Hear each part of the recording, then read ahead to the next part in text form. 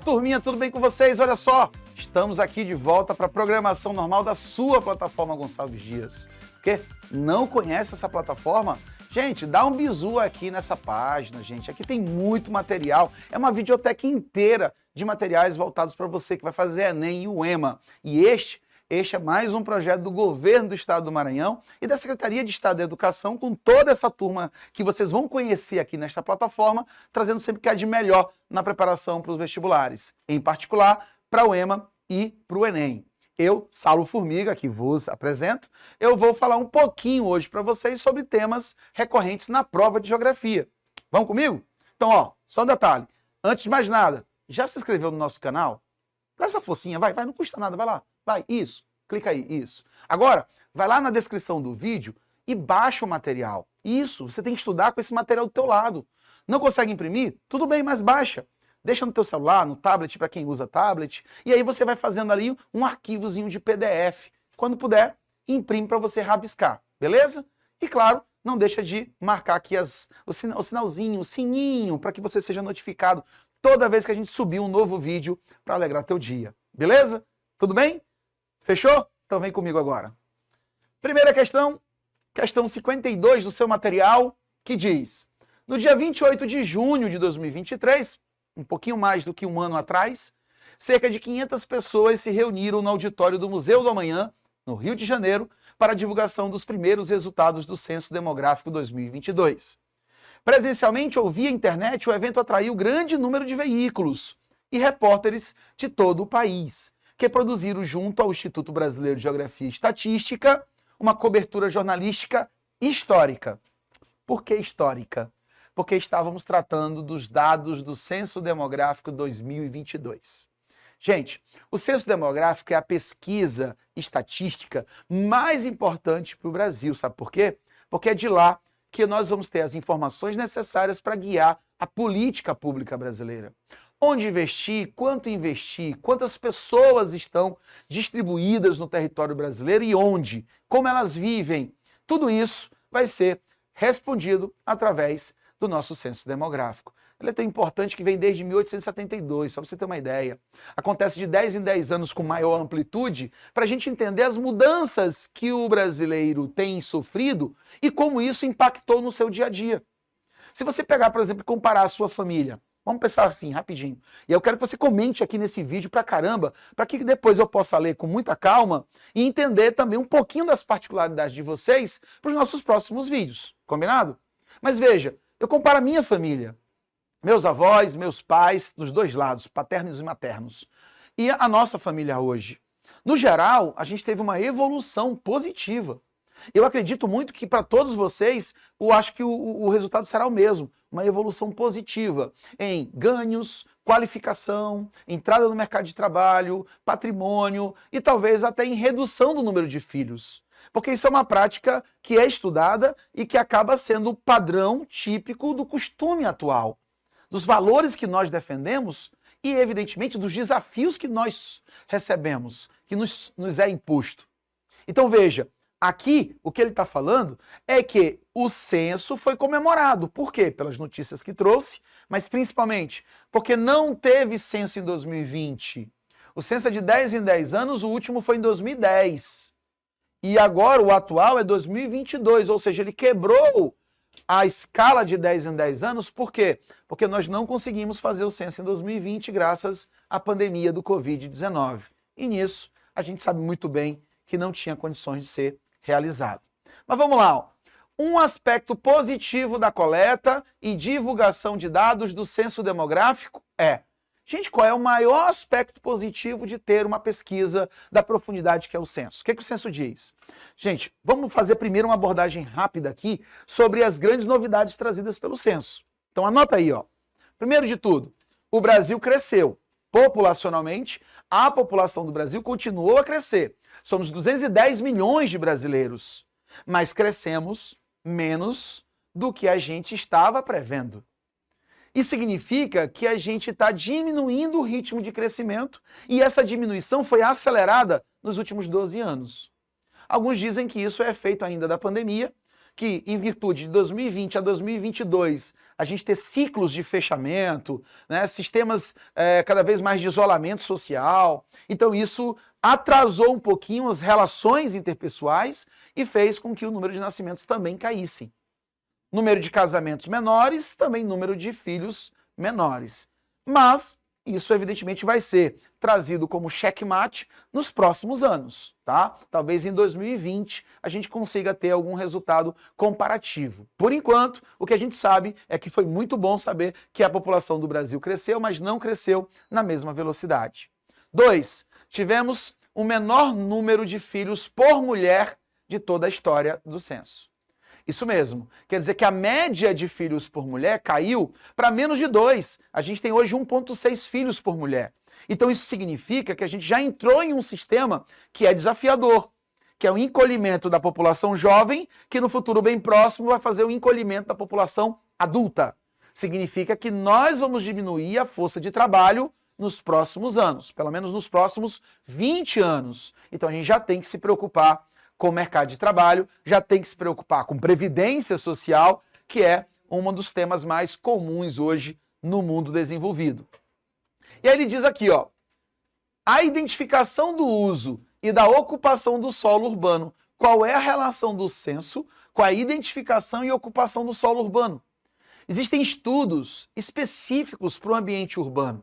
É claro que o censo ele pode ser utilizado como uma ferramenta ou até mesmo como dados necessários para essa análise. Mas ele não é fundamental para planejar a ocupação do solo urbano. Ele apenas traduz como o solo já está ocupado. B. A execução de programas financeiros e tributários. É claro que eu posso discutir a questão econômica, mas isso com base nos estudos de finalidade econômica e não no censo. O censo fala de renda per capita. O censo fala de poder aquisitivo, mas numa relação métrica apenas de proporcionalidade. Não traz, portanto, essa análise mais específica. C. A seleção de locais para modais de transporte. Modais são os vários modelos que nós temos do sistema de transporte. Onde eu vou colocar ferrovia? Onde eu vou colocar rodovia? Isso aí é um estudo muito mais de cargas e de transporte de passageiros. Pode-se utilizar o censo? Pode-se. Sobretudo no transporte de passageiros. Mas definir qual transporte é uma questão muito mais ligada à infraestrutura, ao custo de implantação, do que necessariamente ao censo demográfico. D. O acompanhamento das características da população. Foi o que a gente falou. O censo pergunta quem somos, como vivemos e quantos somos. Então o censo ele faz uma abordagem tentando traçar o perfil da população brasileira.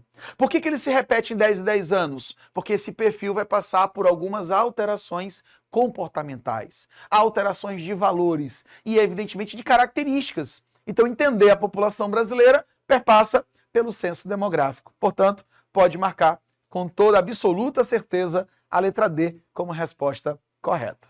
E a letra E, o auxílio das políticas de ampliação do terceiro setor. A única ressalva que eu faço aqui é: não confunda terceiro setor com setor terciário.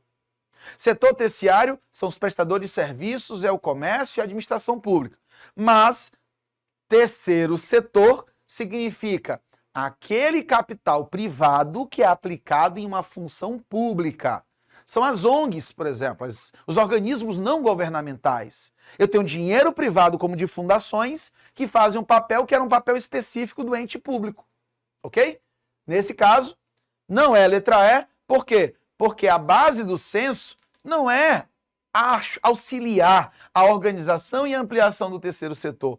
O terceiro setor nasce em função da ausência do papel público.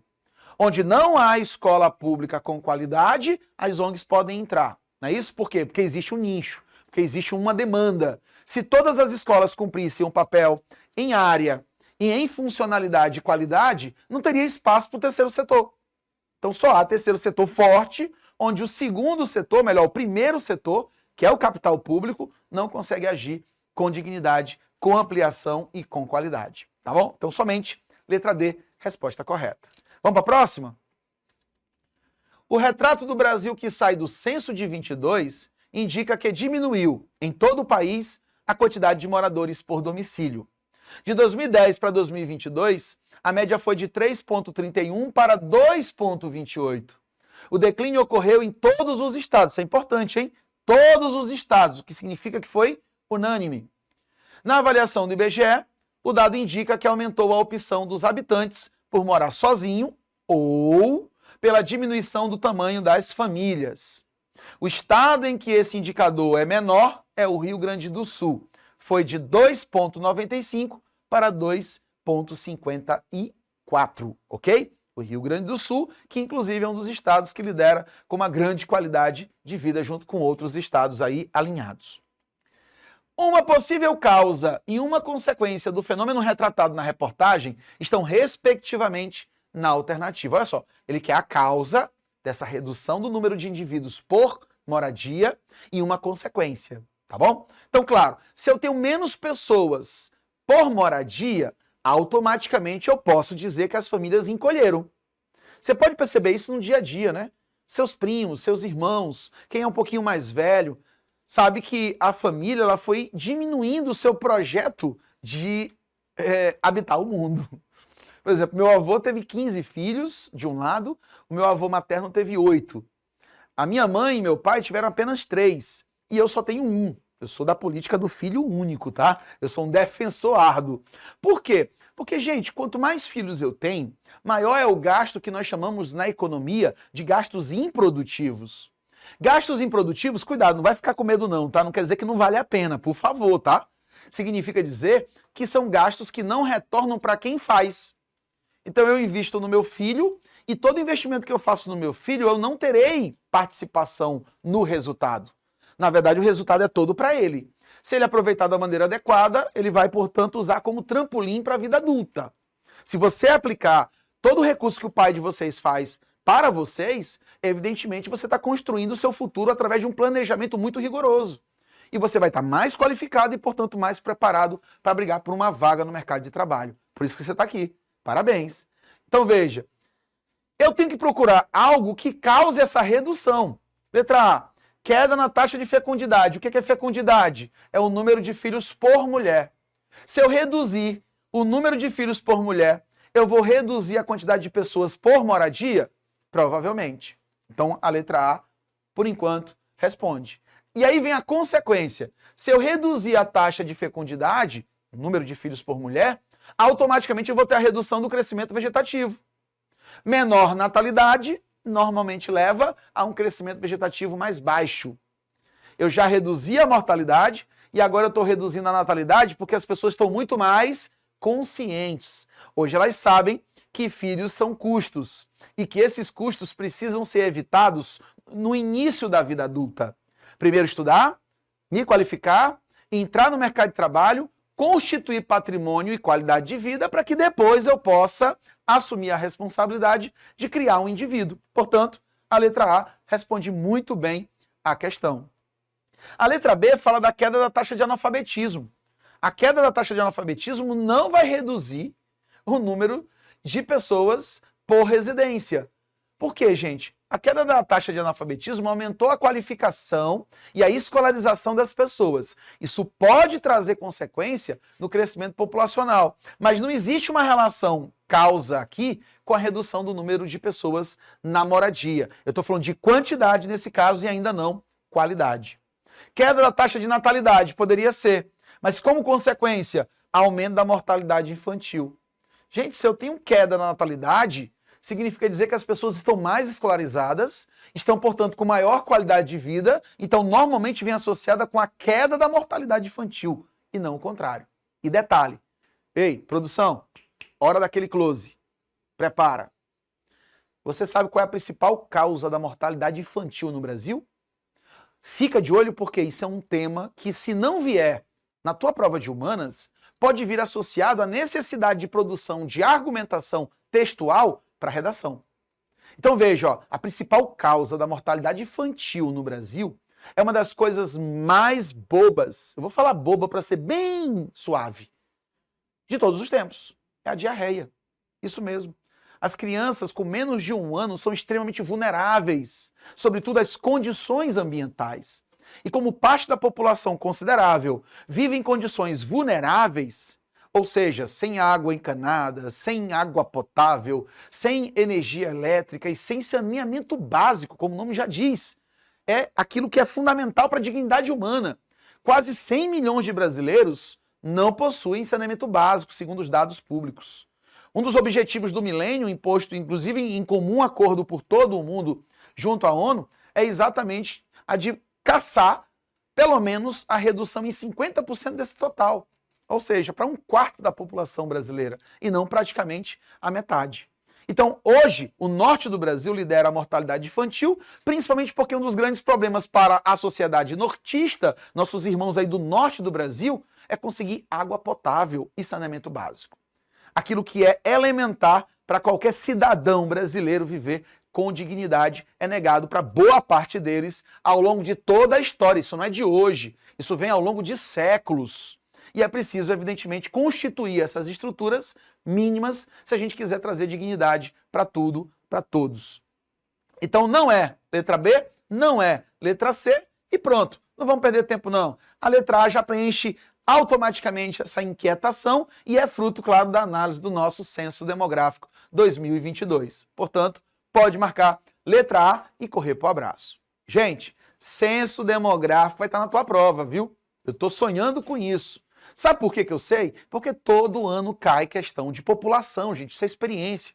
Todo ano cai questão de população. Ou vem sobre os dados estatísticos do IBGE, ou vem falando sobre as migrações, que é um dos temas também muito recorrentes. Então, olho no lance, hein? Para poder marcar esse gol com todo fervor e, claro, sair pro abraço. Eu fico por aqui, até o nosso próximo vídeo. Bons estudos, tchau!